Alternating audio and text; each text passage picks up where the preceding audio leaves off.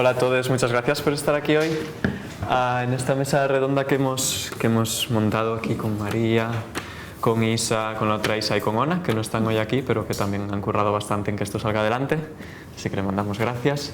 Dentro del proyecto LGTBI Pantallas, dentro de la Unitat Igualdad, dentro del Departamento de Comunicación, hemos organizado esta jornada que se llama Diversidades Trans en el Audiovisual y que vamos a empezar con una mesa redonda sobre programar contenidos audiovisuales trans y no binarios en festivales y en plataformas, ¿no? Primero, bueno, decir, yo soy Víctor Blanco, soy profe e investigador de aquí de la Pompeu, del Departamento de Comunicación. Y tenemos en la mesa también a Elodie de Filming y a Antoine del Fire Festival, el Festival de Cine LGBT de Barcelona. Y nada, vamos a echar como una horilla y poco hablando un poco así en mesa redonda y luego se abre preguntas, ¿vale? Anotaros lo que queráis, que haremos un 20-15 minutillos, media hora si hay muchas preguntas de turno de palabras, ¿vale? Y para empezar así, para lanzar la primera pregunta, para ya arrancar como con la conversación, bueno, quería preguntaros cuál es el peso del contenido trans y no binario, ¿no? en vuestros respectivos proyectos, ¿no? Ya sea en las pantallas trans, ¿no? En la sección trans que tiene el Fire, o dentro de la colección de Orgullo LGTBI que tiene Filming, también hay un peso importante del cine trans y no binario, ¿no? Entonces, la primera pregunta va un poco por aquí, ¿cómo veis ese peso en comparación con el resto de la colección, del catálogo? ¿Quieres empezar? No, empieza tú. ¿Sí? Sí. Bueno, buenos días a todas y a todos. Muchas gracias, Víctor y Elodie. Pues en el Festival Fire tenemos una sección especial, como decís, que se llama Pantalla Trans. Pantalla Trans es una sección temática dedicada a películas de temática transgénero. Es una sección que ya tiene bastantes años, la empezamos en el 2013 y lo hicimos de la mano de un colectivo de personas transgénero que se llama Cultura Trans. Cultura Trans es un colectivo, no es una asociación, no sé si ni siquiera si tienen personalidad jurídica, pero es una agrupación liderada por Miquel Missé y Paul Galofra que intentan promover actividades para la inclusión transgénero en Barcelona, digamos, ¿no? en la cultura. Entonces al principio íbamos bastante perdidos porque era un poco el principio, ¿no? de la inclusión a nivel audiovisual en los festivales de la temática transgénero, y ellos nos ayudaron mucho para eso, para buscar películas de calidad, para buscar películas en general. Y esta sección ha ido creciendo poco a poco. Al principio teníamos 2 o 3 títulos, nos costaba mucho encontrar películas buenas, en el sentido de que no sean obligatoriamente muy dramáticas, que pudieran transmitir mensajes positivos. Y bueno, ha ido creciendo y ahora es una sección bastante más importante. Este año tenemos 9 películas, creo, en la sección entre largos, docus y cortometrajes, y es un poco, pues eso, la manera de incluir esta temática en el festival. Bueno, desde Filming creo que desde el principio de los inicios de la plataforma siempre hemos tenido muy presente esta clasificación del contenido para que la gente que estuviera interesada en ello pudiera encontrarlo de una forma fácil. Entonces es como súper curioso todo el recorrido que hemos ido haciendo. Por ejemplo, al principio las etiquetas del contenido LGTBIQ eran gay y lésbico. Esto se estoy hablando hace como más de 10 años. Luego fueron mutando, lo cambiamos a LGTBI+, creo. Y bueno, incluso también la propia etiqueta de lo trans. Al principio teníamos transexual, luego lo cambiamos a transgénero. O sea que dentro de nuestra propia plataforma, la forma en la que clasificamos el contenido también va mutando, adecuándose a las cosas que están ocurriendo en la realidad, ¿no? Y en este sentido, pues desde los últimos años hemos hecho un canal especial dentro de la plataforma que está dedicado únicamente al contenido LGTBI+. Luego también dentro de eso hemos hecho colecciones específicas para las películas que representan a personas transexuales. Tenemos una colección donde se entra todo el espectro de lo trans. Luego también tenemos diferentes variaciones, si son experiencias trans de hombres o trans de mujeres, y ahora también estamos incorporando películas de personas de género no binario.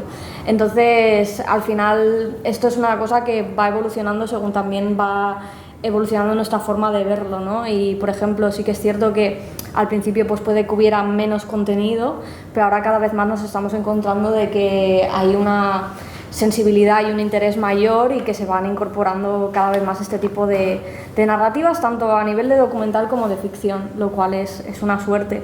Y nosotros pues seguimos como defendiendo mucho esto de tenerlo todo de una forma que esté visible, fácil, accesible y que creemos que es importante que esté categorizado así, o sea, que todo el mundo que lo que quiera buscar y encontrar que tenga facilidades para hacerlo.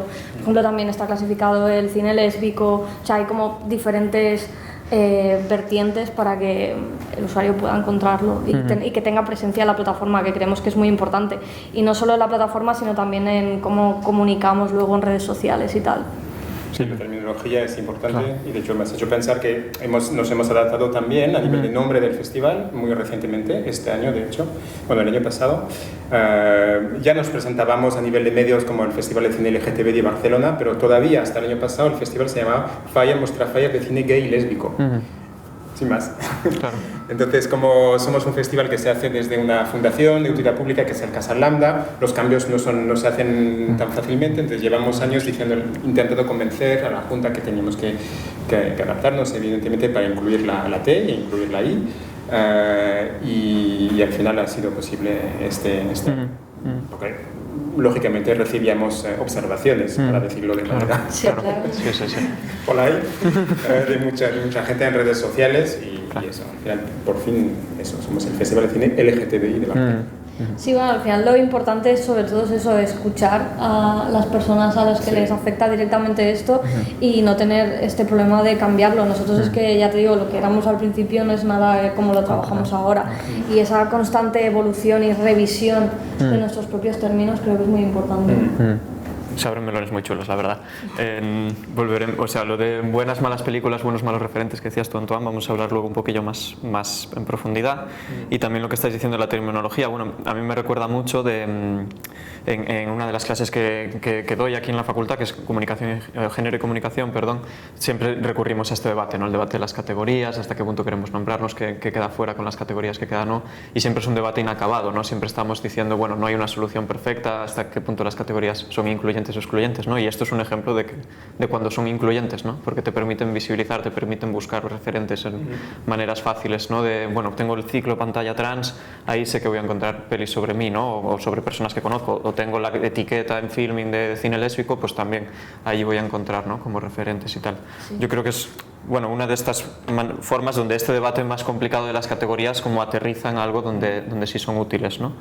Pero bueno, por abrir otro melón también, poco a poco, también nos preguntamos mucho, bueno, a priori entendemos que plataformas como Filming o festivales, ¿no? Como Fire, pero en general, pues festivales y plataformas son espacios donde lo nicho, ¿no? O sea, son lugares, espacios, momentos donde lo nicho tiene un peso más proclive, ¿no? Si pensamos en una sala de exhibición como comercial grande, ¿no? Ahí entendemos que muchas películas no llegarán a exhibirse por temas como monetarios, ¿no? Y claro, pero en plataformas y en festivales sí que vemos que a lo mejor son espacios más cómodos para que cine como este se exhiba, ¿no? Yo quería preguntaros un poco por eso, ¿no? ¿Cómo entendéis vuestro trabajo en relación a lo nicho del cine trans y no binario, ¿no? Y hasta qué punto es interesante, hasta qué punto habría que también romper esa barrera de lo nicho, ¿no? Para el festival dices, sí, efectivamente. Sí, somos un nicho. Todos los festivales, muchos festivales que no son de cine LGTB propiamente dicho, tienen también sección de cine LGTB, como la Berlinale, por ejemplo, con el TEDI, en Venecia también. O sea, hay grandes festivales que lo incluyen. Entonces ya no es tan nicho, podría decir. Ya es una cosa un poco planetaria. Pero nosotros tenemos que seguir ofreciendo. O sea, nosotros todos somos un nicho, digamos, ¿no? Fire es un nicho, pero no es un nicho tampoco. Es decir, es una actividad que es para todo el colectivo LGTBI. Entonces yo no me considero como un nicho, porque realmente me ofrezco, o sea, el festival se ofrece a un segmento de la población muy grande. Si pones juntos todas las personas LGTBI más el resto de la población interesada, es mucha gente. Y nuestro festival, pues eso, tiene 7.000 personas cada año que van a verlo.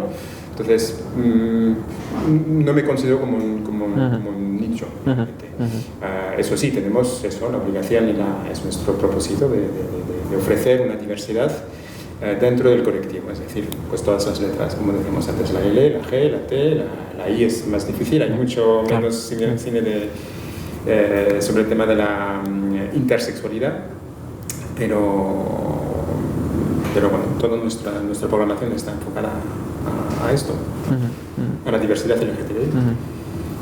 Entonces no sé si he contestado bien la pregunta en realidad. Sí, perfectamente, ¿no? Es esta idea de que entendemos o sea, los espacios nicho, ¿no? Los momentos nichos tienen esta doble dualidad, o sea, es esta dualidad, ¿no? Son espacios seguros, pero a la vez no permiten como es que mi objetivo no es convencer a los convencidos, al colectivo LGTBI. En mi caso, en mi festival, digamos, ¿no? Es un festival educativo, entre comillas, que se organiza desde una fundación de utilidad pública cuyo objetivo, a su vez, es la visibilización y la normalización a nivel de toda la población. No es como otros festivales que sí que son quizás más nicho, en el sentido de que son dirigidos más al colectivo, no tanto quizás a toda la sociedad. Nosotros, el FIRE está hecho para todo el mundo, para toda la sociedad. Te diría incluso a partes iguales, tanto para el disfrute, digamos, del colectivo LGTB, es una actividad cultural para la gente lesbiana, transexual, transgénero, gay o tal, pero también para todo el resto de la sociedad. Y es picar piedra, porque evidentemente si tú no eres de este colectivo, es difícil que te sientas atraído y vayas a este festival, pero cada vez más tenemos público del resto de la sociedad. Y eso es nuestro objetivo, no ser un nicho. Bueno, en el caso de Filmin creo que al final, al ser una plataforma también que es como más generalista y donde caben todo tipo de contenidos y tenemos la suerte de que podemos albergar muchas películas y series y cortos que pasan por festivales y después de ese circuito ya se acaba su vida útil festivalera, digámoslo así, que podemos como recoger todo ese contenido y alojarlo en la plataforma para quien esté dispuesto a encontrarlo y a disfrutarlo y a todo. Entonces, claro, hay como muchos distintos estilos de programación en Filmin, ¿no? Somos una plataforma bastante ecléctica, creo. No como, por ejemplo, si pienso en Movie, ellos tienen una línea programática como muy clara, es como más cine de autor muy cafetero, luego evidentemente Netflix, HBO y tal. Pero yo miro Filmin y realmente es que te puedes encontrar de todo, o sea, desde pelis que dirías que son muy nicho hasta cosas como súper comerciales, y en ese sentido creo que dentro del ámbito de lo trans, LGTBI+, también tenemos de todo tipo de contenido que podamos acoger, ¿no? En la plataforma, pues estoy pensando que tenemos desde un Sedimentos, que es una película que viene de Gana del Feroz, que ha tenido como un recorrido muy amplio e increíble. Ahora también vamos a tener Mi vacío y yo próximamente, que llevamos nosotros la distribución. Hemos estrenado hace poco una serie que se llama Rurangi, que es una serie australiana, que también tiene así como un corte comercial.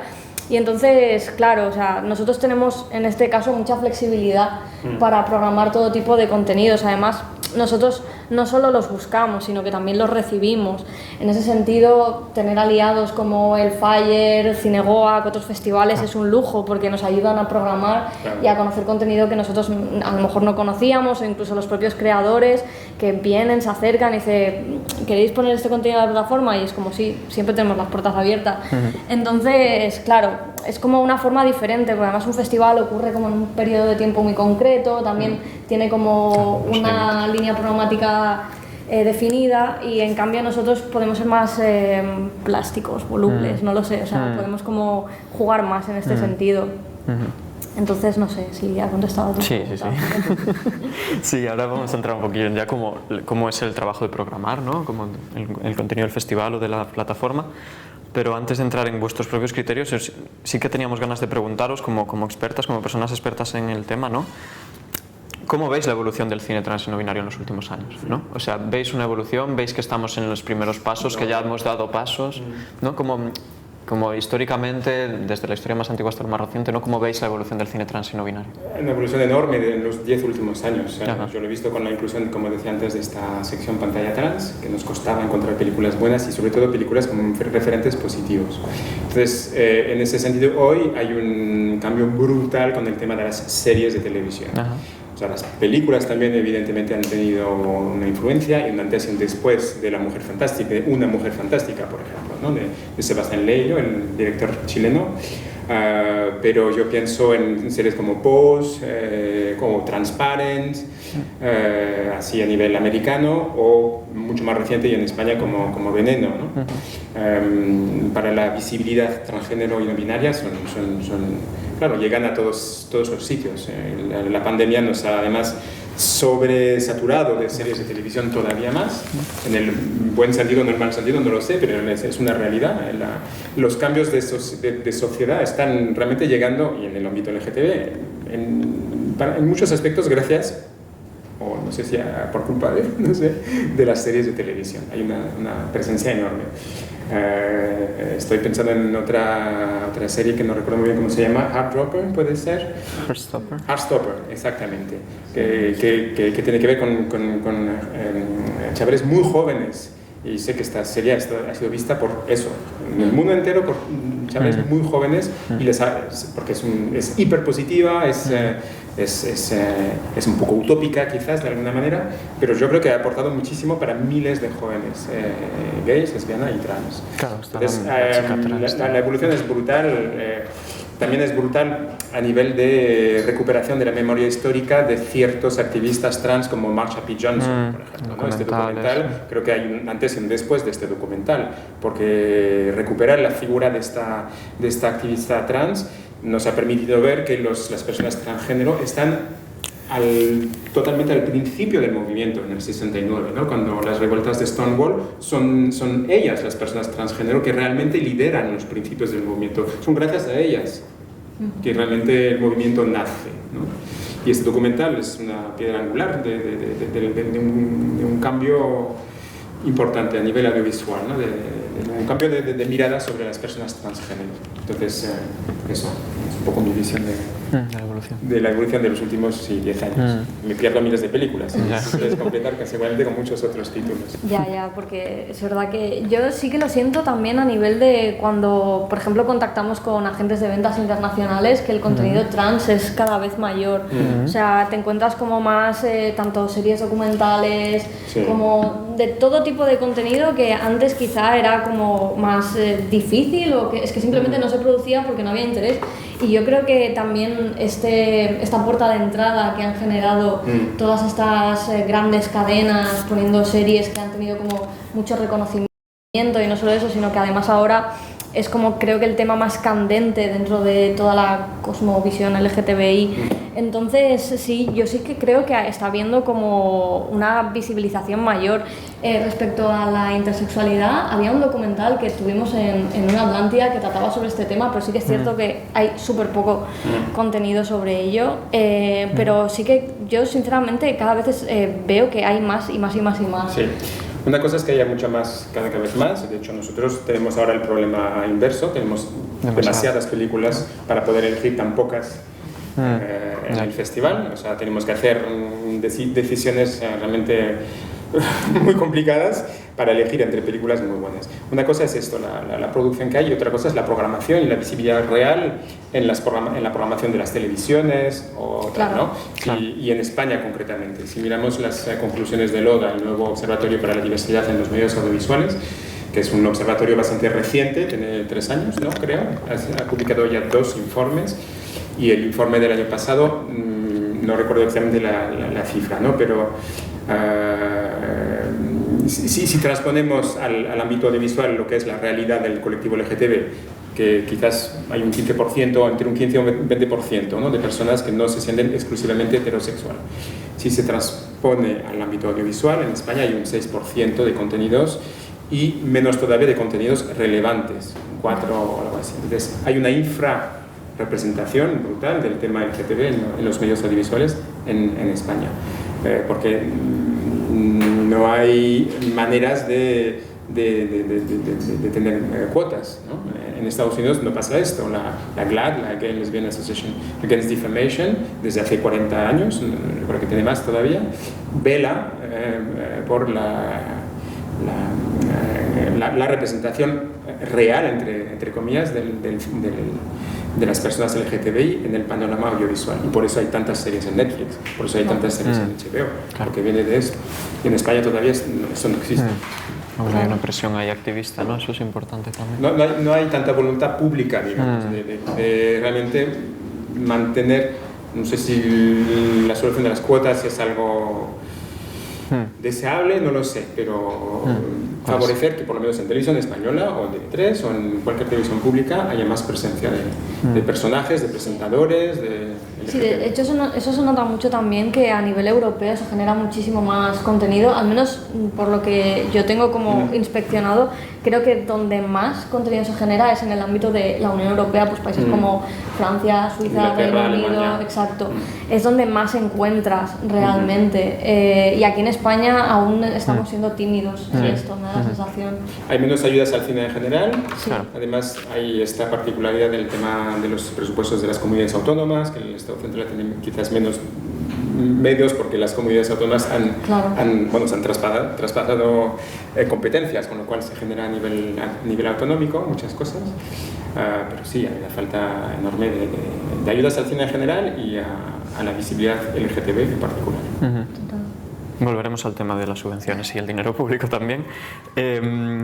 Bueno, me he notado que una idea que es interesante, igual me voy un poco de guión, pero como las series y los documentales como antecedentes del cambio que luego vienen los largometrajes, ¿no? Es una cosa interesante en el tema trans y no binario, que yo también creo que es algo que veo bastante, ¿no? Como se dan primero pasos tímidos en series, historias reales y complejas en documentales, y luego después de estos dos pasos se llega a un largometraje, ¿no? A una ficción como ya larga. Con lo que decíais, ¿no? Bueno, en el caso del Fire, de que ya tenéis que escoger entre, ¿no? Esto es bueno, está bien, o sea, sí, es como claro, lo deseable, ¿no? Que ya se pueda escoger, y supongo que en Filmin también tenéis que tomar decisiones sobre qué poner en la plataforma y qué no. Os quería preguntar qué criterios seguís para concretamente el comisariado, ¿no? La curación de contenidos trans y no binarios, y si pensáis, es una pregunta difícil, sé que es muy general, pero si pensáis que vuestros criterios son diferentes a lo que se podría llamar como audiovisual cis, ¿no? Si hablamos de audiovisual trans y no binario, si hay algún tipo de criterio diferencial entre programar cosas trans y no binarias o cosas cis, ¿no? Wow, pues a ver, tenemos la suerte en Filmin de que todo el equipo de programación tenemos como una sensibilidad muy específica a este tema. Si cogiéramos al equipo que sería editorial y de marketing, creo que el porcentaje sería más personas queer que heterosexuales, lo cual creo que también nos predispone a tener como esta necesidad también un poco de encontrar contenidos que nos sintamos como representados en ellos, ¿no? También y de seguir como apoyando a todo esto. En este caso, perdona, la pregunta concreta de los criterios, ¿no? Sí, ¿qué criterios seguís y si podríais entrever algo que sea diferente a los criterios que se aplica al cine cis, ¿no? Al final también llegamos un poco hasta donde podemos, creo, claro, como todo el mundo, porque, por ejemplo, nosotros tenemos como una programación que nos lleva como de distintos lados. Entonces, evidentemente sí, nosotros hacemos una búsqueda activa también de este tipo de contenidos, sobre todo también tenemos un festival, Atlántida Film Fest, donde también tenemos una parte de la programación que, como decía Antoine, ya casi todos los festivales incorporan por convicción esta parte de la visibilidad LGTBI. Entonces, en ese sentido, ya sí que ahí también vamos a buscar contenido como que pueda alinearse con el interés de este público, que creemos que el público joven realmente es uno de los que más está sensibilizado e interiorizado y como interesado en encontrarlo, y es también una forma que tenemos de poder acercarnos a ellos, lo cual ahora es muy difícil poder acercarse a la gente joven a nivel del audiovisual, porque parece ser que están en otro lado, pero bueno, seguimos como picando piedra para eso. ¿Puedes como profundizar ahí? Bueno, porque al final eso, nosotros que celebramos el festival lo vemos. Nosotros hacemos, por ejemplo, conciertos y películas, y la gente viene a los conciertos pero luego no se queda a las películas. Es como que hay que hacer mucha educación, sobre todo, y estoy hablando de público de 25 para abajo, no de 25 para arriba. El cine ya no es el centro de su espacio cultural, o sea, ha quedado totalmente desplazado por otras cosas. Entonces hay que poner también un contenido que pueda apelarles a ellos, pues ya sea a través de la forma, por ejemplo, tenemos una serie en Filmin ahora que la pasamos en Atlántida, que también estuvo en el Festival de Sevilla, que es Gender Derby, que es muy guay, sobre un grupo de personas no binarias que juegan al juego no recuerdo cómo es, el Derby. Pues este de patines que te vas como chocando o algo así. En un circuito así, cerrado. Elliot Page hizo Derby, una ¿no? película sobre eso. Roll of Derby, Sí. creo. Ok. Y bueno, pues al final es como encontrar también estas puertas de entrada a un público que cada vez se está escapando más, y creemos que también precisamente es el público que está más sensibilizado con el contenido trans, LGTBI, y para nosotros pues también es una vía, ¿no? de acceso. Y en cuanto a la plataforma, es que hay criterios muy diversos, desde que podemos tener un contacto con un agente de ventas internacional que nos presenta un documental y en ese momento nos cuadra a nivel programático y decimos, hostia, vale, sí. Por ejemplo, hace poco estrenamos el documental Una niña de Sebastián Lifshitz, no pronunciaba bien el nombre. Entonces, bueno, también es la capacidad propia que nosotros tengamos para comprar contenido, que a veces es menor de la que nos gustaría. Y sobre todo eso, si podemos tener acceso a él. Y una vez más reivindico y reitero en el apoyo de festivales, que eso es brutal para poder tener contenido especializado, y nosotros como una especie de filtro ya. Esas sinergias para nosotros son imprescindibles y queremos potenciarlas y continuarlas porque son clave para la plataforma. Nos acerca a un público que a lo mejor no nos conocía, que incluso nosotros podemos nutrir a nuestro propio público con contenido que a nosotros nos sería muy difícil acceder a él. Entonces, bueno... Y viceversa. Nosotros también. Pues yo te contestaré a la inversa tus dos preguntas. Si tenemos primero un criterio especial a la hora de, siendo del colectivo LGTB, en comparación a las personas cis, y luego te diré los criterios en concreto. Claro que tenemos una sensibilidad especial y no elegimos las películas como lo podía hacer una persona cis, porque somos del colectivo LGTB, entonces es algo que evidentemente no nos podemos extraer de esto, ¿no? Sabemos lo que, en mi caso, lo que es ser gay y los problemas o las dificultades o no que pueda conllevar. Entonces, evidentemente la sensibilidad juega muchísimo a la hora de elegir una película. No soy trans, con lo cual a la hora de elegir películas trans, por eso nos interesa mucho colaborar con colectivos como Pantalla Trans. No soy lesbiana, con lo cual me interesa también hablar con, yo qué sé, Marcanet de la Casa del Cine, o con amigas lesbianas también, para decir, oye, esta película, ¿qué te parece? Y tal. Porque es verdad que nosotros dentro del equipo de programación, por A por B, somos chicos, somos 3 chicos. Entonces, eso, nos hace falta más miradas precisamente para esto, para incluir estas sensibilidades a la hora de programar. Pero luego los criterios de programación son, para simplificar, son 2 principales. El primer criterio, y os va a parecer evidente, pero no es tan evidente, es el de la calidad cinematográfica. Para que pase tu mensaje, la película tiene que ser buena. A nivel cinematográfico, a nivel fílmico, a nivel de la fotografía, a nivel de la construcción del guión, a nivel de si es un documental, de si está mínimamente no ficcionado, pero que no sea solamente un documental de cabezas parlantes, ¿no? O sea, es el típico documental que muy pocas veces vamos a seleccionar, porque es muy aburrido. A veces no, pero en general es lo que intentamos evitar. Por eso lo de Marsha P. Johnson, por eso lo de Bambi, por ejemplo, ese documental. Son documentales que son vivenciales, no sé si se dice así. Entonces es ese criterio de la calidad que quería decir, ¿no? Hay muchas películas que nos llegan que son súper interesantes, quizás de Nigeria, de Chechenia, donde dan a conocer situaciones terribles, o no, digamos, ¿no? Pero documentales o películas que son por su temática muy interesantes, pero que no podemos elegir porque son de calidad, que no son buenas a nivel de calidad. Es como para todo, ¿no? Para transmitir un mensaje tienes que hacerlo bien. Entonces sería un flaco favor al mensaje si eliges una película que no es buena a nivel fílmico. Entonces ese es el primer criterio, la calidad fílmica. Y además nos permite luego efectivamente colaborar con plataformas como Filmin, y nos permite que otras distribuidoras digan, pues esta película está bien, y la ven que es de calidad y decidan distribuirla en España, porque si no nadie va a distribuir una película que no a nivel fílmico no es buena. Y el segundo criterio para nosotros es el criterio educativo.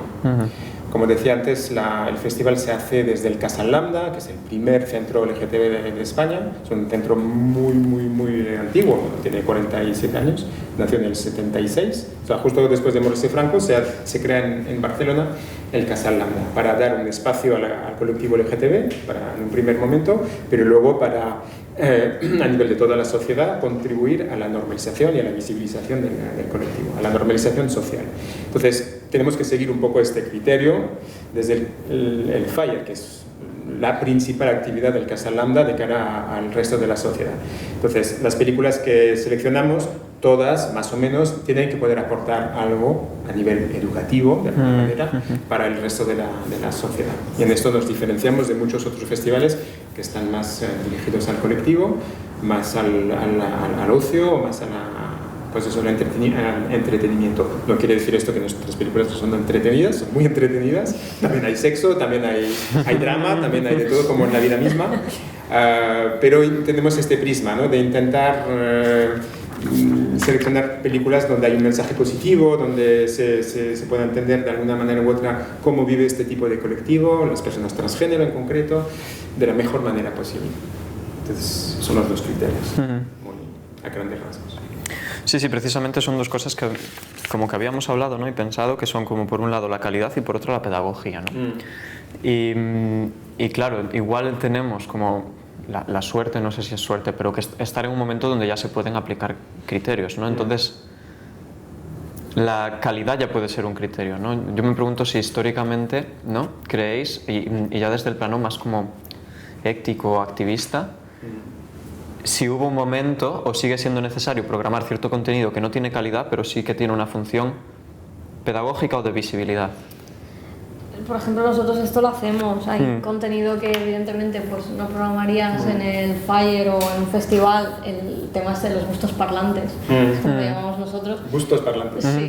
Como final. Pero nosotros hemos puesto documentales así de personas que han venido, se han acercado y nos han dicho: tengo este documental que habla sobre este tema.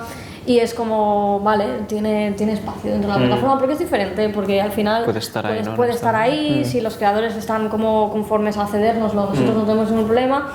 Entonces, evidentemente, los contenidos que nosotros vamos a buscar, sí que quizá ejercemos más estos criterios de pues, el potencial que puede tener, cómo lo podemos posicionar y tal, pero luego también tenemos otros en los que el criterio de la calidad queda suspendido y es como, bueno, has hecho una cosa con las mejores intenciones del mundo seguro, que da visibilidad a un colectivo que quizá no estaría dentro de estos otros contenidos de más calidad, y es como, bueno, pues lo ponemos en la plataforma, lo clasificamos y quien quiera encontrarlo, quien quiera acceder a ello, seguro que hay alguien al que le es útil, ¿no? Entonces, en ese sentido, es eso, nosotros tenemos mucho más campo de juego, por así decirlo. No tenemos limitaciones. Siempre que el creador o creadora quiera ponerlo, o sea, está libre en ese sentido. Es muy diferente con contenidos internacionales donde ya tienes que ir a la gente de ventas y así que haces una búsqueda activa, ¿no? Pero sí que es cierto que no tenemos un filtro, en plan de si tú vienes con tu película y quieres ponerla, vale, lo vamos a valorar, pero el criterio de la calidad no va a ser tan condicionante. O sea, en ese sentido. Claro, porque vosotros tenéis una plataforma que es muy abierta, claro. Nosotros al tener que hacer una selección y en el concreto documentales pasamos 6, 7... Claro, la selección es brutal. Si ahora tenemos 200 documentales y nos lo tenemos que mirar, evidentemente vamos a elegir los que pensamos que mejor van a funcionar también en el festival. Necesitamos la taquilla también en el festival, todavía. Es un festival pequeñito, subvencionado, pero el peso de la recaudación no es enorme, pero es súper necesario. Entonces tenemos que pensar también en esto.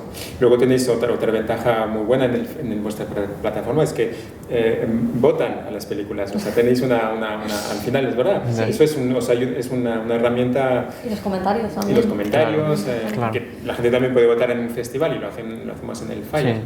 Pero os da una flexibilidad para adaptar, ¿no?, la programación un poco así en cada momento, casi, ¿no? Sí, y al final es eso de que a nosotros realmente, al final, tú dices lo de la taquilla, nosotros también cuando tenemos que pagar fees por las películas, también nos tenemos que pensar muy bien que esa película vaya a funcionar, y en ese sentido nos basamos en datos de anteriores películas para poder hacer como un recorrido de decir, vale, esto qué tal ha ido, tenemos un documental que es de una temática similar, a ver qué tal, ¿no? Pero en lo otro, por ejemplo, a los festivales nunca les decimos que no a nada de lo que programan, o sea, les damos total libertad, y para este tipo de contenido que nos llega también, o sea, que hay como dos vertientes. Evidentemente, cuando el dinero se pone por medio, sí que tienes que hacer un análisis de vale, pues esto tal y tal, pero para lo otro sí, y también es fácil para nosotros posicionarlo, poner la etiqueta, luego esa persona cuando entras de etiquetas, y por ejemplo se ha hecho un documental sobre personas no binarias en Barcelona, vas a la etiqueta y ya lo puedes encontrar, ¿no? Entonces puede que quizá no sea como el mayor documental sobre ello, pero bueno, al final son personas que han estado hablando, que se han reunido para hacer un trabajo y que también merece que tenga su espacio, y también creo que es importante porque muchas veces a lo mejor estos trabajos pues se pueden colgar en Vimeo, en YouTube, etcétera, pero sí que es cierto que creo que cuando los arropas un poco y los metes como dentro de la plataforma de filming y tal, puede que la gente también lo vea de una forma distinta, ¿no? Y creo que eso también es importante. Yo pienso también en si por ejemplo hacéis algún tipo de balance entre contenidos que sabéis que van a funcionar económicamente, ¿no? Porque también necesitáis la taquilla y necesitáis pues, a la gente también en filming, con contenido que sabéis que no va a funcionar económicamente, ¿no? Y entonces como aprovechar lo que funciona para colar como discursos o como dar visibilidad, aunque sea más pequeña, a ciertas películas, ciertos contenidos, ciertas series, lo que sea, documentales, que sabéis a priori que no van a funcionar, pero que creéis que como vuestro criterio como de curación o de comisariado es que tienen que estar en esto. Bueno, a nosotros eso nos pasa mucho. Claro. O sea, sí, hay un contenido que sabemos que claramente va a funcionar porque siempre lo hace, y es cualquier cosa que tenga elementos de desnudo, sexo y cualquier cosa así, es que va a funcionar seguro. O sea, segurísimo. Viento Seco, es una película que estuvo en el Fire, fue de lo más visto. Toda la vez, la peli de Alberto Fuguet, es una película que tuvimos el año pasado en Atlántida, que trata la historia de dos fotógrafos españoles muy famosos, eso es. Y fue lo más visto del festival, o sea, porque en la portada salía un señor desnudo con un culo, o sea, las cosas son así. Y las miniaturas funcionan para eso también, y bueno, al final, por ejemplo, también el ejemplo que decía antes de Cinegoa, Las hijas del fuego, una peli boyera súper transgresora que dirías, wow, esto pues funcionó también como un tiro. Entonces, bueno, pues no podemos hacer nada, los datos son los que son y la gente busca este tipo de contenido. Entonces un poco como que balanceas, ¿no? Hay cosas que sabes que dices, buah, es que clarísimo, esto lo va a petar, y otras cosas que las programas también pues por eso, por convicción, ¿no? De, pues a lo mejor sé que no van a acercarse tantos usuarios, pero oye, mira, si ya se acercan, si tiene ya 1000 visualizaciones, ya habrán sido 1000 personas que han visto esta película y que a lo mejor pues se la pueden recomendar a otra persona y les descubre algo, ¿no? Entonces yo creo que tanto los festivales como las plataformas jugamos a ese balanceo. También yo programo festivales y sé que hay sesiones que van a estar vacías, pero es una película que nos encanta, que queremos programarla y es como pa'lante. Sí, nosotros lo mismo, o sea, queremos que haya documentales y por eso intentamos conservar un mínimo de 5 o 6 documentales, pero sabemos perfectamente que no vamos a cubrir los derechos con la taquilla de estas películas. O sea, nuestra idea cuando hacemos la programación es que nosotros somos sin ánimo de lucro, entonces realmente al final de la edición, a nivel financiero, todo tiene que estar equilibrado. Claro. Entonces la taquilla tiene que cubrir más o menos el coste de los derechos, es más o menos el cálculo que intentamos hacer, y en general lo cubre lo justito. Entonces tenemos 50 películas, 25 son cortometrajes, 25 son largometrajes de ficción o documentales. De los 25 largometrajes de ficción o documentales, 18 son largometrajes de ficción y 7, digamos, son documentales. Esa es un poco la proporción que tenemos para luego, cuando pensamos en la taquilla, para cubrir los derechos. Y luego jugamos con el horario, evidentemente. Vamos a poner una película buena pues el viernes y el sábado a las 8 o a las 10, porque son las ventanas así que más público hay. Entonces ahí ponemos los largometrajes de ficción más potentes y los ponemos 2 veces en el Fire. Repetimos los largometrajes casi todos 2 veces. Los documentales no, los programamos pobrecitos porque si no podíamos sobrevivir. O sea, claro. A veces pienso, y ahora ya no como la parte de filming, sino como programadora de otros festivales, de si nos atreviéramos a poner ese tipo de películas que sabemos que nos gustan, de que son así diferentes, en slots de gran público. Viernes noche. Yo creo que a lo mejor nos explotaría la cara. Seguramente. Pero dices un documental muy punky que te encanta, pero que no es nada comercial. ¿Qué pasa si lo pones el sábado a las 8? Exacto. ¿no? O sea, bueno, sale todo el mundo espantado. Puede ser. Nosotros nos hemos arriesgado todavía. Ya, es eso, pero es que yo creo que falta por dar ese paso, porque yo también los dos festivales es que nadie se arriesga a quemar esos slots con cosas como quizá más arriesgadas o que realmente te gustan como programador, pero sabes que no van a funcionar tan bien y que quizá tengan como más visibilidad. A veces sí que nos arriesgamos un poco y luego todo depende de cómo lo comunicas. Claro. Si intentas convencer a tu público que esta película es la hostia, pues más o menos te vendrá. Y yo creo que hay también gran parte del público que por inercia, entre comillas, va a la película del viernes o del sábado a las 8. Sí, eso pasa de todos mucho. modos, pase lo que pase ahí en el festival. Pero bueno, ante la duda, es verdad que no nos atrevemos mucho. Quizá falta también apoyo institucional, ¿no? Que te permita hacer un festival tomando riesgos en el que no dependas tanto de la taquilla o bueno. Y además es que, claro, si nos ponemos en el tema de los derechos y tal, muchas veces ciertas distribuidoras europeas creo que no están como, y digo europeas, ya no me meto en otros territorios, pero quizá como sensibilizadas con la realidad de la taquilla de España. No. Porque, no se dan cuenta del no, o sea, claro, aquí tenemos unos datos que evidentemente todo el mundo se ha visto resentido a partir de la crisis del COVID, pero en España es que aún nos hemos recuperado mucho menos que nuestros países vecinos. O sea, la taquilla comercial ahora mismo no tiene nada que ver con la realidad que era pre-pandemia. La gente no ha vuelto al cine. Y tampoco ha vuelto a los festivales. Y tampoco ha vuelto a los festivales, que además yo creo que en la nueva configuración del panorama de lo que debería ser el cine, realmente son los festivales los que tienen que lucir, porque yo creo que al final la proyección en sala va a quedar como una cosa que es festiva, en ese sentido, de que te arropa y que te lleva a ver la proyección más allá de ver la película. En plan, pues voy con mis colegas, vamos a ver esto, además viene el director, se hace una charla, luego un concierto, o sea, creo que el futuro de la exhibición cinematográfica no va tanto por los multiplex, sino por las salas y los festivales especializados que generen como este plan de quiero ir. Ojalá te oigas tanto Méliès. Sí, entonces, un discurso curateado también, ¿no? Yo sinceramente creo que debería ir por ahí, pero aún no está como pasando. No sé si es que tampoco estamos, y también aquí de mirarnos a nosotros mismos, no estamos sabiendo llegar a esta audiencia. En el Atlántida nos pasa, la gente viene a los conciertos y no se queda a las pelis. ¿Por qué? ¿Qué estamos haciendo mal? Vale, os pasa esto. A nosotros también. La gente viene a la terraza de Visto Francés, mucha cerveza, pero luego, no, se me ha pasado la hora. Y no bajan a ver la película. El año pasado programamos, nos estamos yendo del tema, una pequeña anécdota. Programamos a Morad con una película que se llama Mogul Mowgli. Todo el mundo vino a Morad. En cuanto empezaba a proyectarse la película, salía todo el mundo en estampida detrás de él. Y es como, ¿cómo puede ser? Quedaos, mirad esto, a lo mejor os sorprende. Y creo que eso, que al final los festivales tienen que aportar este valor a la exhibición y sobre todo decirle a la gente joven, en plan, esto es para vosotros también. Claro, para vuestro futuro. Exacto, es que si empezamos a no reconectar con esta audiencia, yo no sé cómo vamos a estar dentro de 20 años, porque evidentemente va a haber un relevo generacional. Vale, voy a hacer así como cambio de tema, pero para ir avanzando. Os queríamos preguntar también por el peso de la revisión histórica en vuestras programaciones, ¿vale? ¿La revisión histórica? Sí, cine o sea, no en el momento en el que estamos, sino que cine que ya ha existido, ¿no? Bueno, creo que en Filmin quizás es fácil por ese contenido de archivo, ¿no? De que ahí podéis tener películas que no son de actualidad y está así.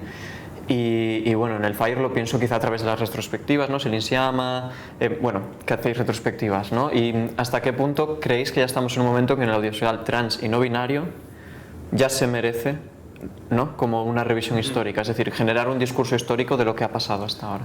Bueno, cine de temática trans antiguo no hay, apenas, yo diría. ¿No? Desde hace 30 años había muy pocas películas con temática trans. Entonces lo que intentamos hacer nosotros es programar más bien películas de hoy, pero que hablan de lo que pasó hace 30 años. ¿No? Entonces así compensas un poco el tema de la perspectiva histórica. Lo que pasa en el Fire es que hemos tenido varios años una sesión de retrospectiva que hemos recuperado este año. El problema es que a nivel de cine presencial viene muy poca gente. Entonces, habíamos tenido una sección que se llamaba La Mirada de, que este año hemos recuperado con Filmin, gracias a este homenaje que hemos hecho con Céline Sciamma, o sea, 3 películas de Céline Sciamma, pero a nivel presencial es difícil hacer una retrospectiva. El año pasado, por ejemplo, esta retrospectiva la hicimos de manera presencial, pero en la Filmoteca de Cataluña. Claro, quizás el año que viene volveremos a la Filmoteca, no lo sé. Pero dentro del Fire, en las proyecciones de Nice francés, las proyecciones presenciales, una retrospectiva hemos visto que no funcionaba a nivel de taquilla, y como decía antes, necesitamos la taquilla. Entonces, bueno, este año con Filmin ha sido un poco recuperar esta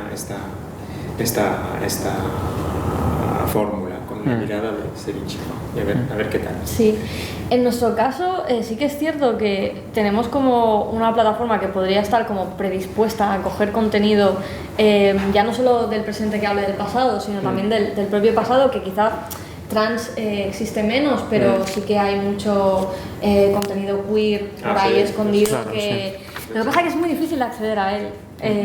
Y esto pasa, o sea, es muy difícil acceder a según qué tipo de contenidos.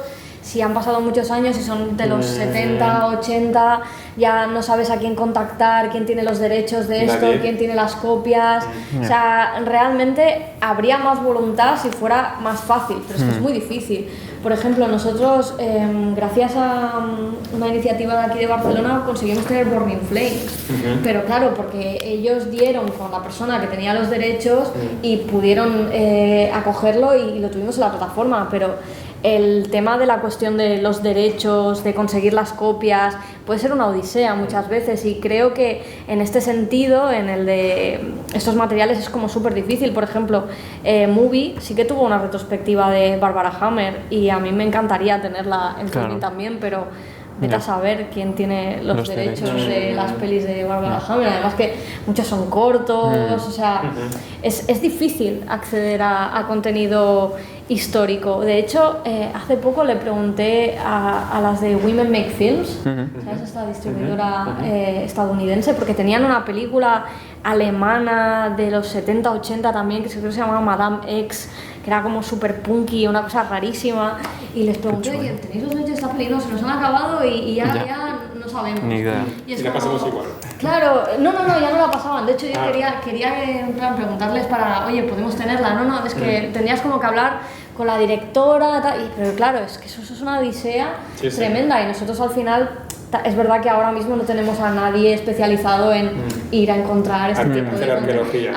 Es arqueología total, el tema de los derechos de contenido antiguo. Me había pasado con Paris is Burning, hablando justamente de temática no binaria o trans, y hace 4 o 5 años, cuando se redescubrió, entre comillas, esta película, y me había tirado semanas buscando y no lo he encontrado. Después alguien la encontró y luego esta película ha estado rodando ya en muchos festivales, está totalmente recuperada y estará en una plataforma seguro ahora, supongo, pero en su momento no había tenido forma de encontrarlo. Sí, es que muchas veces es difícil, y en ese sentido también cuando los festivales hacen este trabajo para nosotros es genial. Por ejemplo, en el Playdoc hace poco tuvimos Grey Gardens, que es una cosa que para nosotros habría sido impensable, y ellos consiguieron ese contacto. Pero es difícil conseguir contenido del pasado precisamente por esto, porque es difícil acceder a él, y además también incluso en buenas condiciones. O sea, porque a veces las copias han perdurado de una forma, no están ni remaster, ya te digo, ni en HD ni nada, o sea, están en una calidad pésima, quizás no tienen ni los originales. O sea, que a mí me gustaría personalmente que hubiera como más facilidades para esto, igual que está la Martin Scorsese Foundation, que recupera un montón de películas de todo el mundo, que incluyeran un poco más de... Hay fondos en el mundo que hacen un poco esto, en el Frameline, en San Francisco, el festival de cine LGTBI más grande del mundo. Tienen una fundación que se dedica a recuperar. No lo sabía, qué bueno. Y creo que en Berlín también, si no me equivoco. No sé si la TEDi tiene un proyecto de recuperación. De recuperación de... Eso no estoy tan seguro, pero en San Francisco sí hay. Sí, bueno, hay aquí como un ejercicio pendiente de arqueología y de archivo, ¿no? Que igual nos apela también más aquí a la universidad o incluso a las filmotecas y tal, ¿no? Como que es un ejercicio pendiente, ¿no? Y sobre todo existe, yo creo, con la historia trans en general y no binaria, ¿no? En clase el otro día hablábamos un poco de diversidad y de ciencia sexual, y hablábamos de Stonewall, y bueno, yo puse el ejemplo de la novela de Jean Genet, ¿no? Cuando se habla de que en 1931 ya hubo una proto-manifestación trans en Barcelona, 30 años de Stonewall, ¿no? Y es una historia que no se conoce, ¿no? Yo creo que sí que hay un ejercicio como de pendiente de arqueología trans y no binaria que también apela al cine y que también nos apela aquí en la universidad, ¿no? Como pasa con todo, esto en el fondo lo tienen que lo llevarán las personas transgénero. O sea, claro. Los que combaten y que tienen la energía para hacerlo, en el fondo son la gente que se siente directamente aludida. Y ha pasado con el cine lésbico y está pasando cada vez más con el cine transgénero, porque pues eso, las personas transgénero tienen cada vez más herramientas, más confianza, más visibilidad, más energía para hacerlo. Pero es muy lento. Sí, y de hecho, bueno, en Barcelona hay una historia de cine pues muy dilatada. Por ejemplo, en Filmin tenemos el documental, ¿no? También. Tenemos el documental y algunas películas suyas, pero sí que es cierto que debería ser más accesible y también eso, o sea, quizá las instituciones como colaborar de una forma más estrecha, ¿no? Como por ejemplo plataformas como Filmin, que estamos como súper abiertas a hacer este tipo de ejercicio, sí que estaría como chulo de tener este apoyo de las personas que están como en contacto quizá con este contenido más perdido. Vale, cerramos un poquito el tema contenidos y así ya vamos avanzando hacia el final y abrimos preguntas. Y creo que ya han salido como algunos apuntes, pero sí os quería preguntar, igual que os pregunté la evolución de la representación, quería preguntaros la evolución de la audiencia hacia cine trans y no binario. Sé que ya habéis hablado un poquito, pero bueno, por sintetizar la pregunta, ¿no? Y la respuesta también. ¿Cómo veis que ha evolucionado el público, tanto la plataforma como el festival, hacia el cine trans y no binario en concreto, ¿no? Bueno, quizás vosotros es más difícil de medir, ¿no? Sí. Y nosotros también, quizás menos porque lo vemos, pero sí que es verdad que es muy difícil atraer al público transgénero. Igual que nos pasaba cada vez menos, que nos pasaba con el público femenino, en todos los festivales de cine LGTB del mundo hay un poco de déficit de público femenino y mucho déficit de público trans, por muchas razones, porque, no sé, al principio el cine era más dirigido a los chicos, el cine de mujeres y lesbianas ha ido creciendo cada vez más y ahora está en un buen momento, no perfecto, pero está mucho mejor.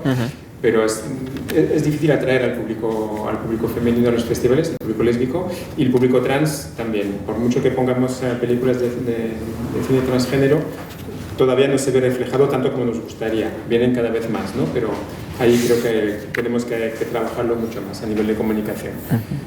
Quizás no hemos encontrado todavía los canales para hacerlo mejor, es muy probable, pero necesitamos a más público transgénero en el FAI, o sea, está clarísimo. Bueno, como bien dices, para nosotros es muy difícil medirlo. De hecho, hasta hace poco no teníamos forma de hacerlo y evidentemente ya cosas más especializadas. Nosotros, claro, no tenemos ningún tipo de datos, tenemos como aproximaciones de cuál puede ser como la media de edad, pero no tenemos como datos específicos. Entonces es difícil de medir en ese sentido, más allá de los posibles visionados que puedan hacer las películas y series trans en este sentido.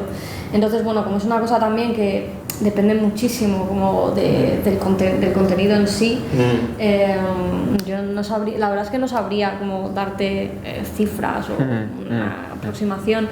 Lo que sí que creo, y es como lo que apuntaba antes, que sí que creo que es un contenido que está más orientado quizá a un público más joven. Eso yo sí que creo que hay cierta sensibilización por esto. Y respecto a lo del público masculino y femenino, creo que en Filmin tenemos bastante paritarios, la verdad, en ese sentido. Hay como, creo que las mujeres son un poquito menos, pero es casi de lo poco que podemos medir, y los hombres un poco más, pero hemos conseguido como bastante estabilidad en ese sentido.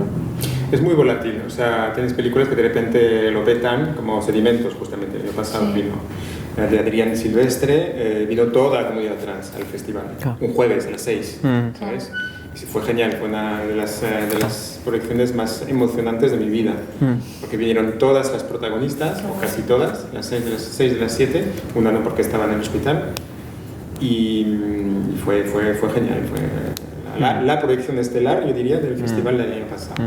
Claro, al final supongo que tiene mucho que ver. Pero después ya nada, entonces es difícil de... Bueno, claro, pero en ese sentido, Adrián y las protagonistas ya también están dentro de esos colectivos, entonces ya solo con eso consiguen como atraer a gente de sus círculos y que conocen, y quizá también eso es un poco la idea, ¿no? Sí, es el tema.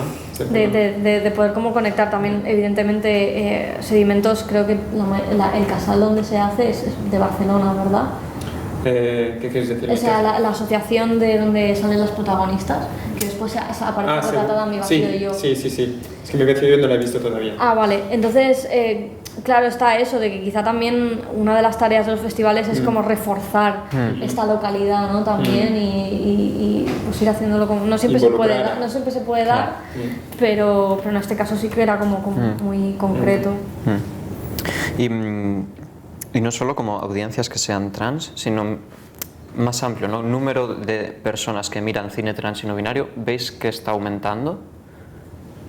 No que las personas que lo vean sean trans, ¿no? Sino como que el contenido sea trans y no binario y haya cada vez más gente, sea trans o no, que acude a este... Bueno, es lo que comentaba Antoine al principio, que series tan exitosas como Pose, La Veneno, o sea, al final esas series las ha visto muchísima gente, ya más allá de lo que pueda pasarnos a nosotros como festival y plataforma, pero ya te digo, yo creo que sí, que cada vez hay y que la gente ya no se fija tanto como en eso, sino está como más predispuesta a escuchar todo tipo de historias. Entonces yo sí que creo que ha habido un aumento de una audiencia y no únicamente trans, sino de muy variado espectro. Sí, o sea, las sesiones de pantalla trans en el Fire son sesiones donde acude un público a nivel de volumen normal, es decir, es menos, ¿no? Sí, entonces hay algunas personas trans, no tantas como que quisiéramos, pero el resto no son personas trans, con lo cual el interés está. En ese sentido no... Sí que hay mucho interés. Sí. O sea, volviendo un poco atrás y también con lo que hablamos siempre de Pose y La Veneno, estoy fuera de guión, pero sí que pienso, ¿no? Filming y Fire, bueno, el Fire como festival y Filming a lo mejor está un poco brandeado como cine de autor, o sea, autor entre comillas, o cine independiente o cine, ¿vale? O sea, como un cine menos comercial, menos mainstream, menos, ¿no? Hay contenidos también comerciales y tal, pero la gente entiende estos festivales o estas plataformas como así, ¿no? O sea, bueno, y también porque las películas más comerciales salen directamente a salas, claro, no pasan por festival a ellas. Entonces, obligatoriamente pasa esto. Claro, pienso, estamos perdiendo público en este tipo de cine más independiente, porque si el público está en Pose o está en La Veneno, o está en Antena 3, bueno, 3 Premium o está en HBO, ¿no? Que estamos perdiendo público trans y no binario o contenido trans y no binario en el cine independiente, ¿no? No sé si he expresado bien la pregunta porque estoy fuera de guión. Bueno, a ver, es evidente que cada vez más estas plataformas predominantes, llamémoslo así, sí que atraen a una cantidad de público brutal y que nosotros estamos, bueno, años luz de los números de Netflix, por ejemplo, o sea, y eso es una evidencia. Pero bueno, sí que es cierto de que creo que vamos construyendo una audiencia, al menos en nuestro caso. Creo que hay un público que entró a Filming pues pensando también eso, que era un cine que quizá no les apelaba a ellos y que van viendo que encuentran cosas en la plataforma con las que sí que se les despierta, ¿no? Como esta pasión por el cine y por descubrir la siguiente. Entonces, bueno, yo creo que aquí es eso precisamente nuestro trabajo desde lo independiente, abrir audiencias y decirle al público, oye, no, que esto también es para ti, no te sientas alejado, no sientas que esta plataforma no es para ti, o sea, a lo mejor hay una película que la ves y te fallará, pero luego a lo mejor encontrarás otra que te apelará. Entonces, en este sentido sí que nos lo he hecho el curro a las espaldas y es como, no, tenemos que nosotros también contribuir a hacer esta audiencia que pueda ver cine independiente cuando se ha desencantado con ello. Entonces, en ese sentido, es un trabajo titánico casi, porque es lo que comentaba, que el cine está totalmente desplazado, pero creo que es una batalla que merece lucharla y seguir en ello. Sí, creo que no perdemos público, pero a mí me cuesta ganar público. Perder.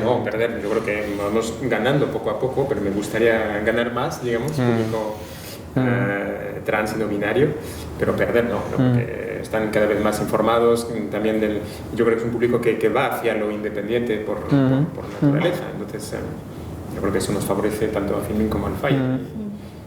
confío en que vayamos a mejorar, y estamos mejorando poco a poco, pero es mucho trabajo de comunicación, de ir a buscar el público ahí donde está. Nosotros tenemos ese debate interno también de cómo nos percibe la audiencia y cómo realmente creemos que somos.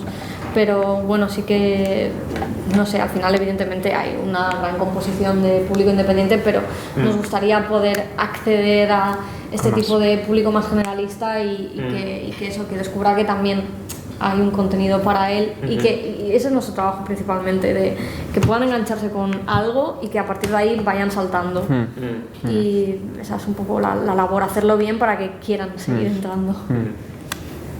Y vuestra labor como de seleccionar contenidos, de comisariar, de difundir, comunicar, en el contexto en el que estamos, ¿no? Como que se mezcla la cultura de la cancelación un poco, ¿no? Bueno, podemos poner esto entre comillas o hablar sobre la cultura de cancelación y también una reacción transversal bastante grande, ¿no? Me pregunto hasta qué punto vivís cierta autocensura o cierto miedo en la programación de contenidos trans y no binarios, ¿no? Por esta doble, ¿no? Por este doble como reacción que puede despertar por parte de las personas trans y no binarias que con su labor activista y con su lucha, ¿no? Intentan reclamar buenos referentes o intentan como que haya actrices y actores trans en las películas, ¿no? Bueno, como una serie de reclamaciones activistas por un lado, y por otro lado también con esta reacción transfoba que cada vez es más grande, ¿no? Wow, pues estaba pensando en este sentido de que, claro, nosotros al final ha habido un punto que cierto contenido de ciertos años ha envejecido mal y ha envejecido como contenido transfobo y está ahí y no podemos negarlo. Entonces esto nos pasó en el equipo con... ¿Se llama Juego de Lágrimas la película? ¿Juego de Lágrimas? Sí. No la conozco. Yo tampoco. No sé, ahora no sé si es exactamente ese título y a lo mejor me voy a colar, pero era una película que era como de los 80 o así, en la que había sido ya muy polémica en su época por el retrato que hacía del personaje trans, lo típico, que al final era como villano o algo así. Yo la verdad es que tampoco la he visto, pero cuando estábamos como trabajando en la película, en la ficha y en cómo presentar la sinopsis, nos encontramos con esto, ¿no? De, hostia, esta es una película que es conflictiva, ¿no? O sea, ¿qué hacemos? Tenemos que avisar en cierta forma, no podemos retirarla porque no vamos a hacer eso, pero sí que creemos que se tiene como que dar un contexto al usuario de lo que va a ver, de lo que va a encontrar y que al final esto es fruto de un momento como muy específico, ¿no? Entonces, nosotros en ese sentido no somos tanto como de cancelar y quitar, como por ejemplo pasó con Lo que el viento se llevó de HBO, sino que somos partidarios de ofrecerlo y dar un contexto para aquella persona que quiera pues acercarse a ello, que tenga como todas las herramientas para saber qué es lo que va a ver, porque al final también el cine tiene este componente de una ventana al pasado y que al final películas como esta nos hablan mucho de cómo éramos y cómo se veía, e incluso se puede hacer un ejercicio como de revisión histórica a través de esto, sabiendo que es transfobo y sabiendo que atenta contra la representación y tal, y o sea, pues el recorrido y es brutal, ¿no? Entonces sí que en ese sentido somos como súper partidarios de ofrecer contexto teniendo como muy claro de qué se trata eso. Bueno, nosotros nos enfrentamos quizás menos a esta duda porque, como decía antes, no solemos programar películas antiguas, no mucho, pero sí que, sobre todo a través de los documentales más recientes, sí que reflejamos situaciones que han pasado hace muchos años. Daba el ejemplo de este documental sobre la vida y la muerte de Marsha P. Johnson. Puede ser también el caso de Indianara, por ejemplo, este documental brasileño sobre esta activista. Son documentales que muestran vidas muy difíciles, ¿no? Entonces eso no lo vamos a esconder, ni muchísimo menos. O sea, que creo que es importante reflejar en el festival lo difícil que lo está pasando el colectivo transgénero en muchos países. Eso es evidente. Lo que sí pasa, y eso es una gran diferencia con Filmin, con lo mismo que decía antes, nuestra plataforma es infinita teóricamente, nosotros no somos súper limitados, ¿eh? La selección es muy reducida, son muy pocas películas al final las que podemos elegir. Entonces, evidentemente vamos a intentar transmitir mensajes positivos. O sea, ahí hay una autocensura de alguna manera lógica y yo creo que necesaria. no es una censura, es también es nuestra... Un criterio. No, es nuestro criterio, nuestro comisariado de decir, vamos, ¿qué es lo que queremos ofrecer a nuestro público? Y yo creo que en el caso en concreto del público transgénero hay una falta brutal de referentes positivos. Entonces, tenemos un poco, ¿cómo decir?, equilibrar las dos cosas, pero poniendo quizás más el acento sobre historias de ficción con actrices y actores que son de verdad transgénero y que puedan transmitir mensajes de inclusión, de felicidad, de gente integrada en su entorno social y familiar, etc. Entonces, todo es subjetivo. Cuando haces una selección de la fuerza, no hay selección de un festival que pueda ser objetiva, es imposible. Entonces, hay autocensuras siempre, permanentemente, y no es una cosa mala obligatoriamente, todo depende de dónde está dirigida. Claro, y debe ser subjetiva, porque al final estás yendo a ver una línea programática propuesta por un grupo de personas en la que tú tienes pues confianza en su criterio y que ya han hecho ese cribado previo por ti. Entonces, claro, nosotros al final, nuestro público que entra a la plataforma tiene que hacer ese cribado por sí mismo, a no ser que haya iniciativas como la vuestra, que venís, ponéis el corner y ahí pues las personas que estén interesadas pues pueden navegar por estas opciones, ¿no? Pero si no te puedes encontrar en este mar de contenido en el que tienes que elegir por ti mismo, y siempre viene bien que haya una persona que con su criterio subjetivo te diga, no, mírate esta película porque creo que tiene algo para ti, ¿no? Y eso está muy bien. O sea, al final es la labor de los festivales y lo que tendría que prevalecer, porque al final las salas programan, las salas comerciales, en función a lo que estrenen los distribuidores, pero muchas no tienen un criterio programático, más allá de Cincech, quizá pues otras como Embajadores en Madrid. El criterio es el Excel. El criterio es lo que te viene, ¿no? Y yo sinceramente creo que cada vez más hay que ir a eso, yo voy a ir a una sala y confío en que esta línea de programación va a ser una que a mí, pues no, es eso. Yo creo que también hay que estar como con esta noción de que no siempre te va a gustar lo que veas, porque eso es imposible, pero ya lo habrás visto y tendrás como formar una opinión sobre ello, no sé. Sí, un poco en el mar, ¿no?, de consumo cultural en el que vivimos ahora, como que hay muchísimo producto cultural. Yo también creo que el papel de programar, ¿no?, y de comisariar cada vez es más importante, ¿no? Y cómo confiar en ciertas personas o grupos de personas y en sus criterios un poco de programación, ¿no? Sí, al final también eso se está viendo mucho en Twitter y en redes sociales, está como naciendo esta figura del prescriptor cultural, ¿no? Sí, pues como gente podcast, de la que te fías y que dices, hostia, pues si dice que esta película está bien, pues la voy a ver, ¿no? Y también por estar un poco como en la conversación social. Sí que creo que es como difícil acceder al público joven, quizá por, no sé, como canales más habituales, pero yo sí que siento, no sé si será mi propia burbuja, pero que en redes como Twitter el debate cinematográfico y esta búsqueda activa y consumo sí que está como más presente. No sé si eso es una vía, porque también el público de Twitter está muy envejecido, o sea, habría que irse quizá a otras redes sociales, pero sí que siento que hay un interés como en pequeños focos y no sé hasta qué punto eso se puede como luego reconvertir en las propuestas que nosotros hacemos. Tenemos una película este año que os recomiendo muchísimo, ahora voy a hacer un poco de publicidad para la edición de este año.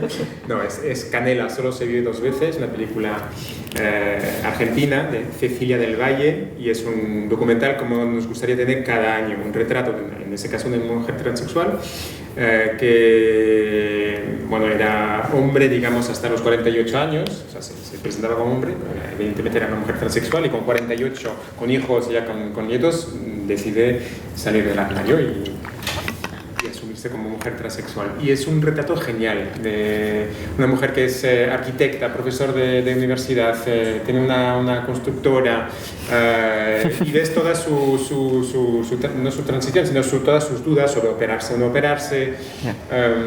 Y la manera de rodar es la que decía antes, no es un busto parlante, es su vida y su entorno, su familia, su entorno profesional, todo lo que provoca esta decisión suya.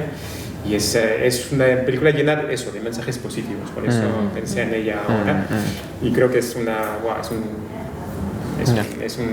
joya, creo, para el festival y para nuestro público transgénero. Bueno, abrimos el turno de preguntas. Tenemos 15 minutillos, que empezamos 5 minutos tarde. Si tenéis alguna duda, sin vergüenza, que estamos aquí en petit comité.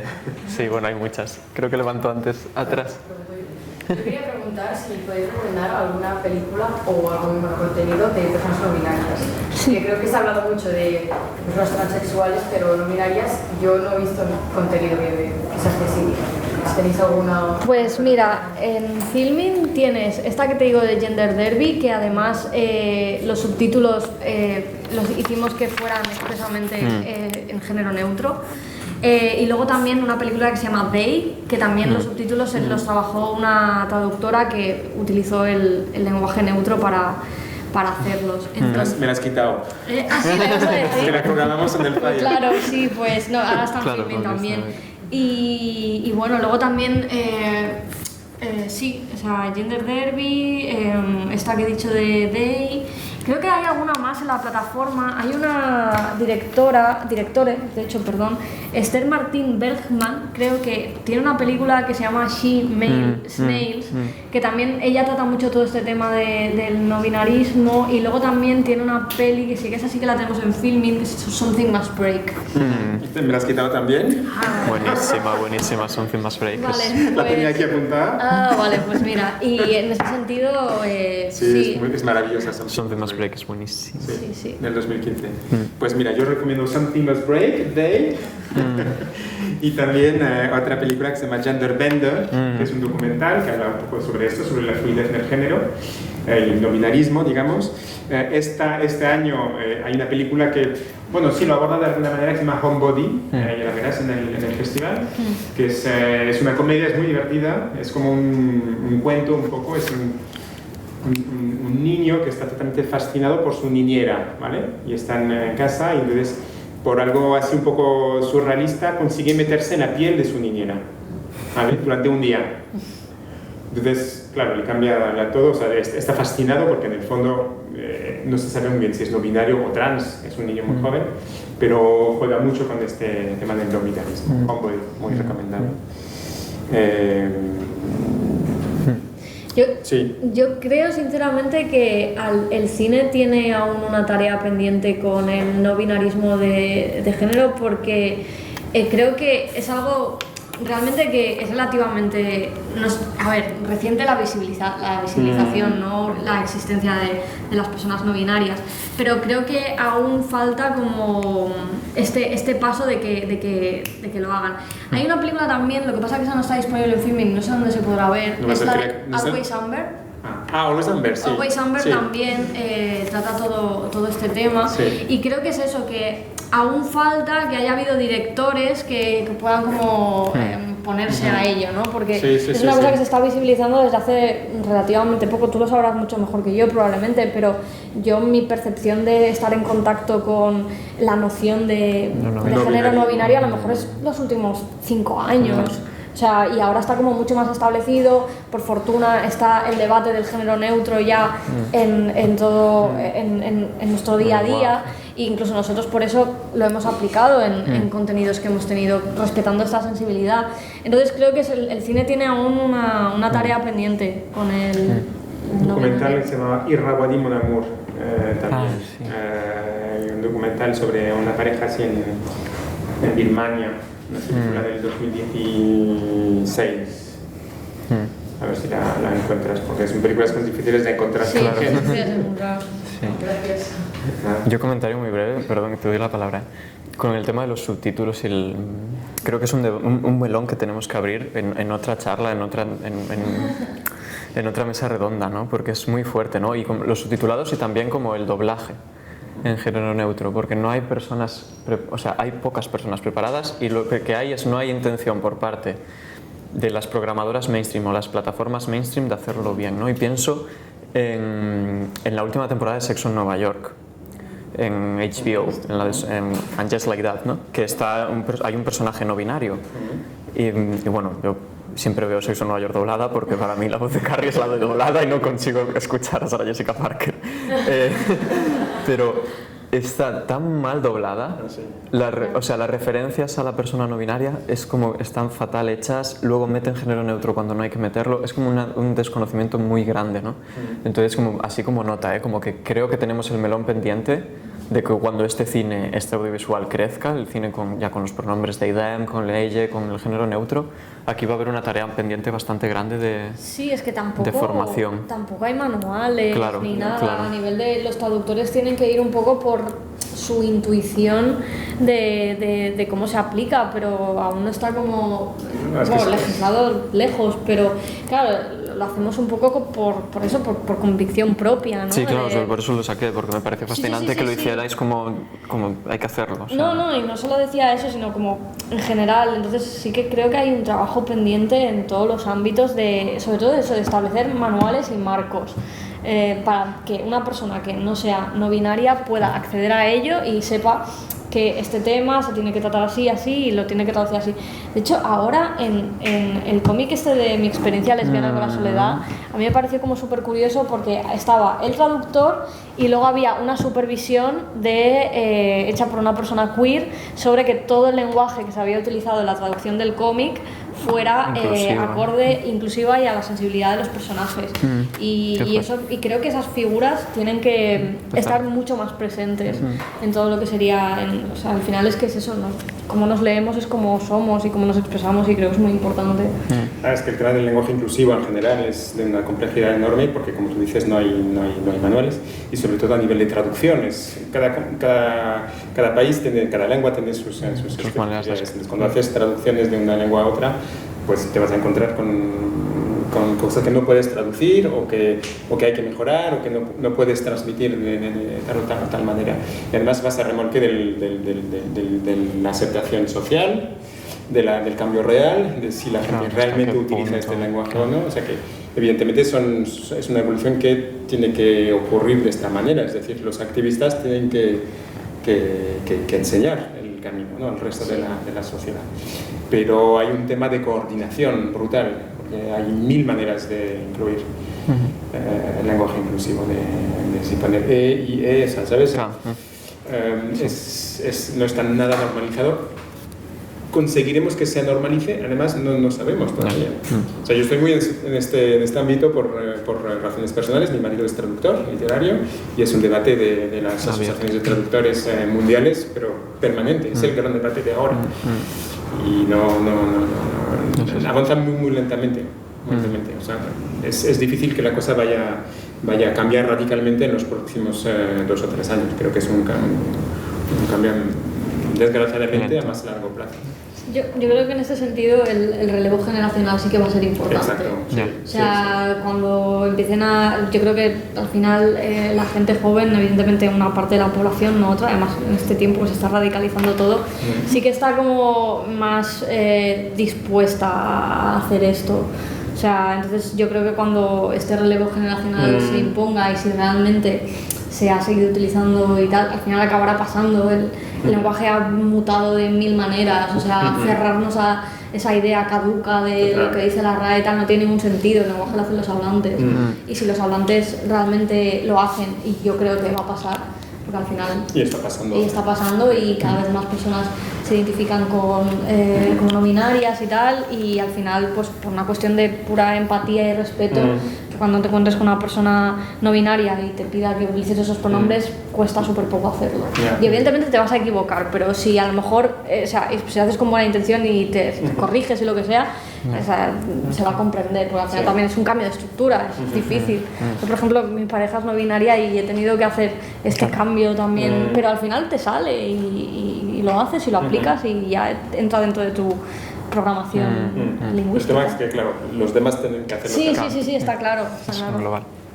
Sí, tenías. Bueno, yo tengo una pregunta, pero antes, yo soy profe de la Facultad de Traducción de la Autónoma bueno, que a la vez de la traducción además yo hago traducción audiovisual y ahora pongo género. Entonces, lo primero que quería decir es que cada vez hay más alumnos, o sea, el hecho de que haya más productos LGTB y sobre todo trans en general también hace que luego se estudien más. Entonces, cada año tenemos más TFGs, TCMs, no se está llevando traducción de del documental Ellas, que se hizo con las actrices de Veneno y otras personas trans,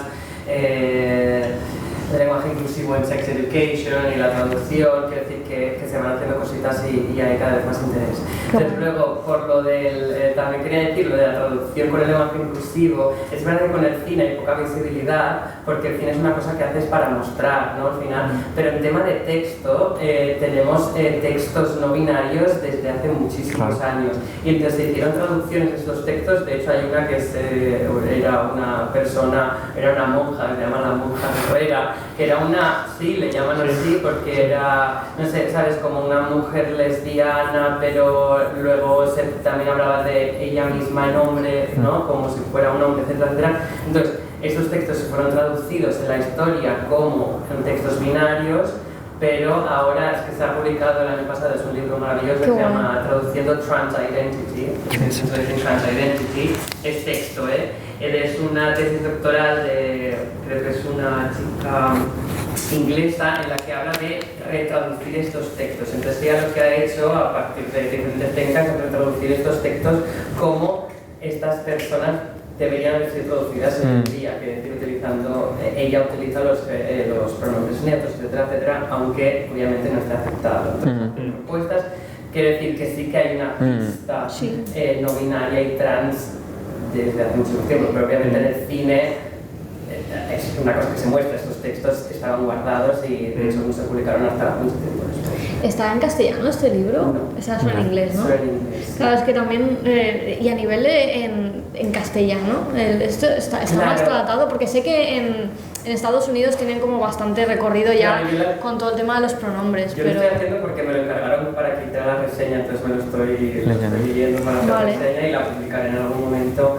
pero en inglés también la reseña. Claro. En algún momento es una tesis doctoral que se la han publicado en Routledge, y entonces en algún momento se traducirá si tiene suficiente interés. Sí, pues desde el problema de siempre, o sea, los americanos, o sea, los anglosajones tienen años de andamiaje con nosotros, pero es mucho más fácil también en inglés, el lenguaje inclusivo, o sea, el hecho de que no haya femenino y masculino, pero, o sea, se concentra mucho sobre los pronombres, pero toda la dificultad que tenemos con el género de las palabras, ellos no lo tienen. Eso es enorme, claro. Tú lo sabes mejor que nadie en este momento. Lo que sé es que los escritos de esta monja guerrera, es que no sé el nombre, o sea, de verdad que porque era monja, luego en un país, se fue a algún país latinoamericano y luego luchó como soldado, vistiéndose como hombre, luego la descubrieron y la echaron, digamos. Entonces, como este periplo... ¿En qué siglo esto? ¿En el siglo XVIII? Pues colonialismo total. No, como 16 o así, 15, 16. Sí, Vale. O sea, pero está el castellano antiguo, pero utilizan los dos géneros, eso es muy interesante. Bueno, eso es lo que quería explicar. Luego, mi pregunta es, porque me he dado cuenta en que ¿qué es cine LGTB o qué es cine trans? ¿No? Porque yo, por ejemplo, ahora estoy haciendo un trabajo con Permagel, que se publicó de Baltasar, que es una novela donde sí que la protagonista es lesbiana, ¿vale?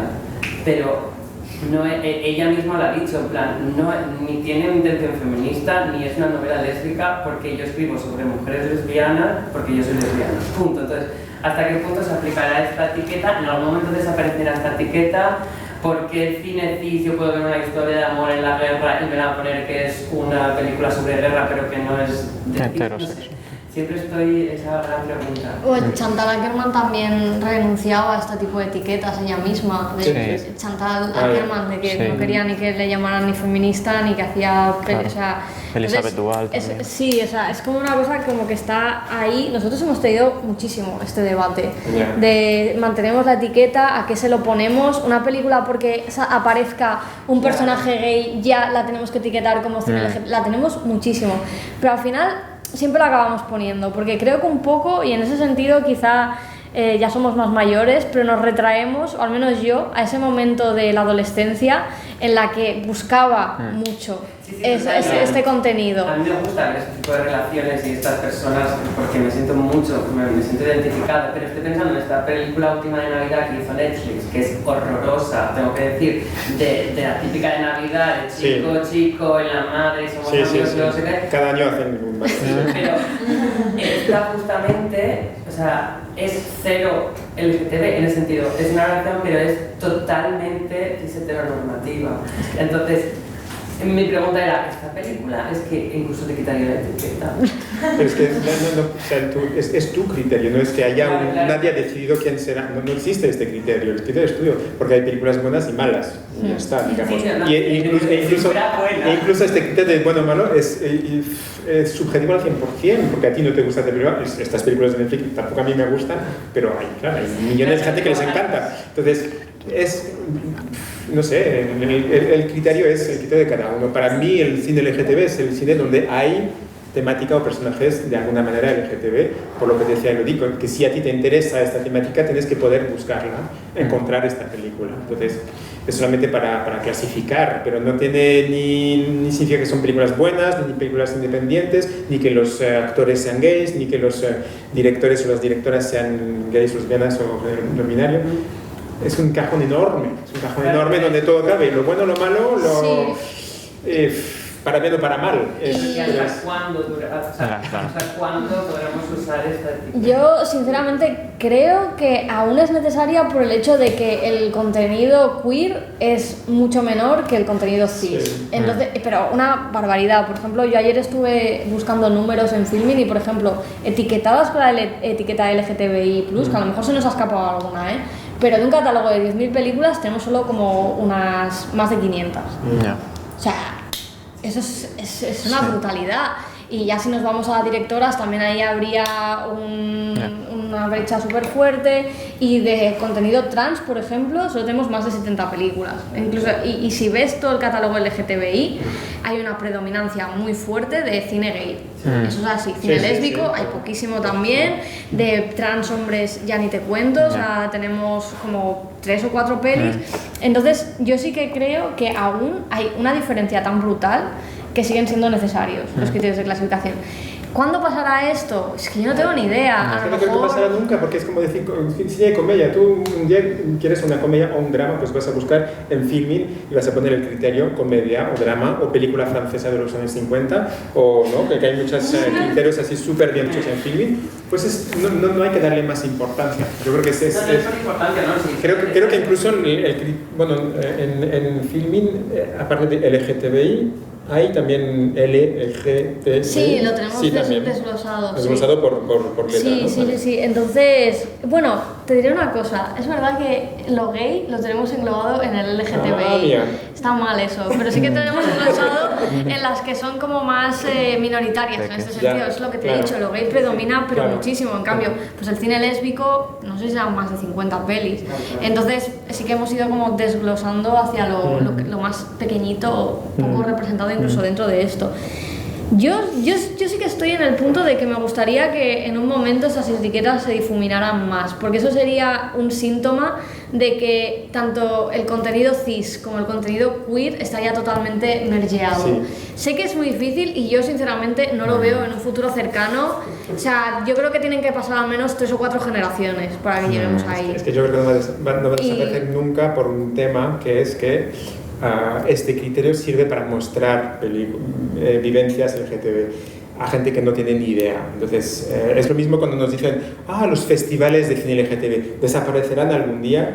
Yo digo, pues no lo sé, pero creo y espero que no, porque realmente sí los festivales, no por mí, porque ya me he muerto, pero lo digo porque si no están los festivales de cine LGTB, ¿quién se va a enterar de lo que está pasando en Uganda? ¿Sabes? ¿Quién se va a enterar de lo que está pasando en el fondo de Chechenia o en Rusia? Bueno, pues ya sabemos un poquito más. Pero hay tantas cosas que no se pueden ver si no están los festivales de cine LGTB. Y además, hay festivales de cine tan especializados. Si hay un festival de cine de vino, es una cosa mega random que consiguen encontrar películas de vino todos los años. Exacto, entonces, por lo mismo que no tiene que desaparecer por el tema de la visibilidad social, porque la homofobia y la LGTBI-fobia es algo, yo creo que es algo que es un poco visceral, ¿no? No sé si, no creo que lleguemos... Mi abuela en el sofá se pone a ver la película y hay los señores y como si viera... Es ese que decía esto en cuanto a etiquetas, que a mí me encanta que las existen y las voy a buscar, Sí, Bueno, al final, ay, perdona. No, dile. Que sí que el ideal es ese, de que cualquier persona pueda ver más allá de la etiqueta, pero al final que quien quiera buscarlo pueda encontrar. Lo importante es que una película LGTB no esté solamente en la etiqueta LGTB, ¿no? Digamos que si choques sedimentos, pues que también estén que te des cine de mujeres, cine con mujeres, o sí, cine o feminismo. documental, sí, o no sé.